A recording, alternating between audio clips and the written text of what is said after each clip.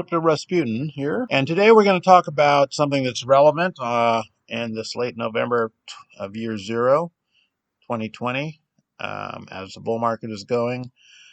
Something that's relevant to today's segment of crypto crimes, conspiracies, scams, schemes, and scandals. And specifically, this is an article that came out today in Cointelegraph on the 23rd, I believe it is. And it's entitled Bitcoin Go Up, Coinbase Go Down, Exchange Outages and Trader Outage. So what this is basically saying is, and I should just full disclosure, what few funds I do have in crypto, I do have on Coinbase. So I'm certainly subject to this, but I'm not a trader. However, they do say a lot of traders are not happy because it seems to be that many times when there is a bull market and there is a lot of volatility and volume in the market, Coinbase does not have a very robust service platform and has outages. So I'm just going to read a little bit of this. This is by Benjamin Pires, and this is on Cointelegraph.com. It says Coinbase has suffered multiple outages since March, often coinciding with volatile Bitcoin trading days. Coinbase appears to have a capacity problem. Users have pointed out for years that when Coinbase and other crypto assets are especially volatile, the exchange sometimes goes offline without warning. These outages can prevent customers from buying or selling their crypto assets and are generally viewed unfavorably by traders. Between March and November, the exchange recorded 9 different issues leading to various types of outages or connectivity problems, although direct customer impact is somewhat unclear in some of these instances. So he goes on to say that in some instances there was not a lot of trading price difference, but in other instances there was actually outages and there were considerable price movements during the outages, which presumably traders and or other customers were unable to withdraw their funds or make trades during this time. So, for instance, he says on April 29th, Coinbase reported connectivity issues. In an update on its status that was posted later, Coinbase.com appeared to have suffered issues between 10 a.m. and 12:30 p.m. Pacific Daylight Time on that day. Bitcoin's price moved 4.544%, so 4.5% it moved on that day.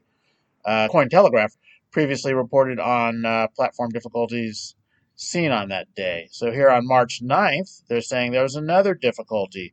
They were experiencing connectivity issues. This time, Bitcoin price moved 15.26% between 5 and 6 p.m. Pacific Daylight Time, the time window showing the difficulties based on the status page, which also included added details published several days later. So again, this article is pointing out, and then the article goes on to quote some tweets of people who are suspicious of these outages. This has been an ongoing problem. I guess apparently there's another exchange that the gentleman mentions at the end. I think it's BitMEX also, which has had recent, of course, legal problems. They're also known, I guess, for historically having outages conveniently, some people feel, quote unquote, conveniently during times of extreme volatility. So what people are basically implying here is that probably what's happening, or possibly what's happening, is that in order for the exchanges to avoid having large losses themselves or having to come up with withdrawals of funds that they may or may not have on hand, that they're engineering or causing outages in order to avoid essentially having to pay people out their money. So that does seem pretty shady. Whether or not the government will investigate this, and this gets back to the old conundrum within any particular space, but it's particularly in a new industry. On the one hand, you don't want excessive regulation because it can be heavy-handed. On the other hand, in situations like this where it is more or less unregulated, although Coinbase is located in San Francisco, United States of America, nonetheless, in these kinds of instances, people do rightfully, I think, feel suspicious about the ability of actors with opaque organizations and large amounts of money to act in a way that's corrupt and self-serving. And in this case, what is being suggested is that the corrupt self-serving behavior is using the excuse of outages to avoid having to pay out people and thereby hiding either a lack of liquidity or perhaps other even more shady things. And so in this case, it also seems like, to me, this is a case where the